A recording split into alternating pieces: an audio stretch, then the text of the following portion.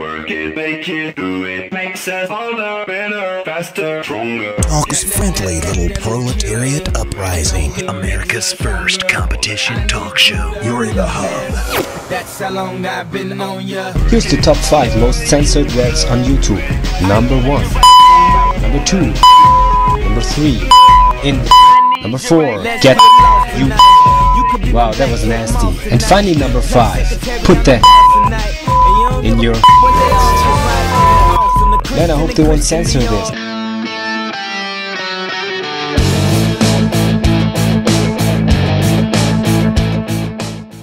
All right, America, get smart, get book smart. And one way we've been getting book smart in grade school for years is reading the American classics. And Mark Twain is probably the quintessential American author of the last 150 years. And we have built culturally, he captured a lot of cultural moments in American history.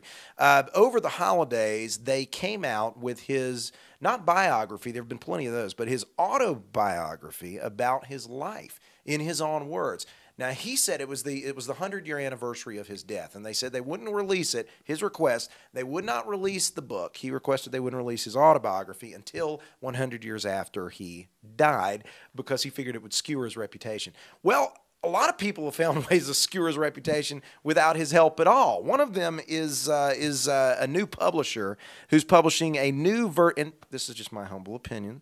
Published a new version of Huckleberry Finn that has taken out all of the so we say really illustrative, colorful phrases. One in particular, the N-word and Injun Joe and phrases like that were in the original Huckleberry Finn. Apparently it came up 219 times, yeah, in the original Huck Finn. They've removed it because they had teachers upset about teaching in a classroom. Now, Rich, are the teachers really that upset, or is it a select few teachers? Because I can't honestly see any of the kids caring less either way. Why'd you ask me first? I have to. I'm kind of offended, actually. You know, I personally. Why don't you ask the white guy first? It's all black and white to me, and it's Mark clear Twain as day. would ask the white guy first. Okay, we'll do what Mark Twain would do. He's channeling Mark Twain. I'm not going to doubt that. I'm not going to ask any questions. What do you say? What do you say, Tom? Well, and Tom Would Sawyer. you disown Huck for this? First name, Would you guys kill your friendship over this? You know, it was only stated 4 times in Tom Sawyer. So trying to figure out, here's the thing. This book is an American pastime in my eyes. I grew up with it, had to read it. I think turn this in a positive light. Make it be an example of how America has turned from a once has been, and this is how it was, to this is how it is today. And so, do teachers do that? Do parents do that? Or can the kids accept it on their own? Yeah, well, and that's true. And I guess, Tom was less of a militant racist than Huck was. But, Rich, the thing that's kind of interesting to me is that, yes, we periodically do this type of thing. But honestly, if you're reading the classics to get a context for history and you take the context completely out of history, what lessons are left to be learned? Why are you sitting down reading it?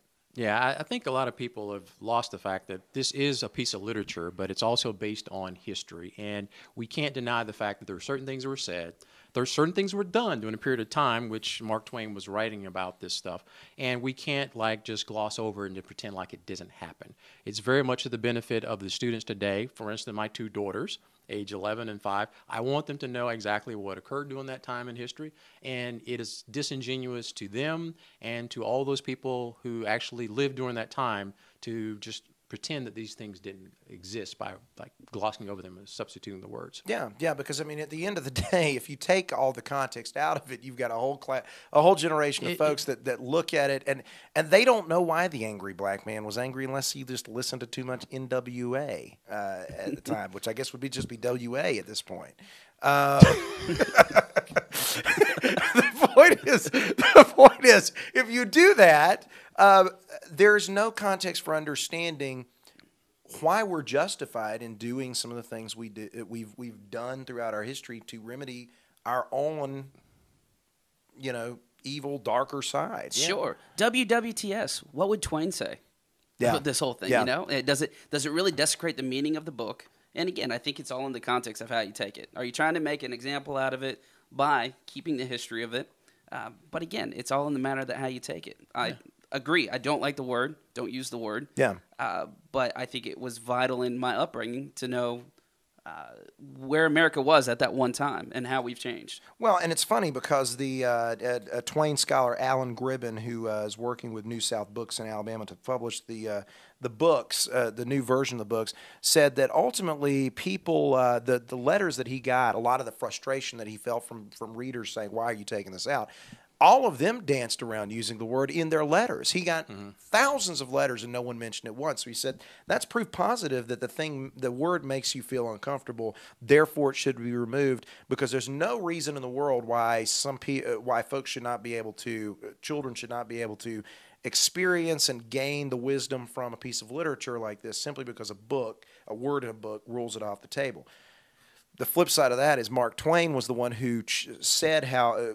Put so much emphasis on how much he chose his words carefully, but also, if you never get a piece of literature at all, because of the words he chose, then I think he would honestly respect the decision. Well, I mean, here's the point. It's literature, but it's also a piece of history. Mm-hmm. And I think it's quite ironic that we can whitewash over Mark Twain's piece of literature, but we can go into the Congress, the congressional records, and we can find where we've had some pretty esteemed members of our House and our Senate and even the Oval Office who've used some very colorful language in the past, but we somehow, for whatever reason, haven't glossed over and rewritten the congressional record. So why is it that we would go and rewrite this literature by Mark Twain?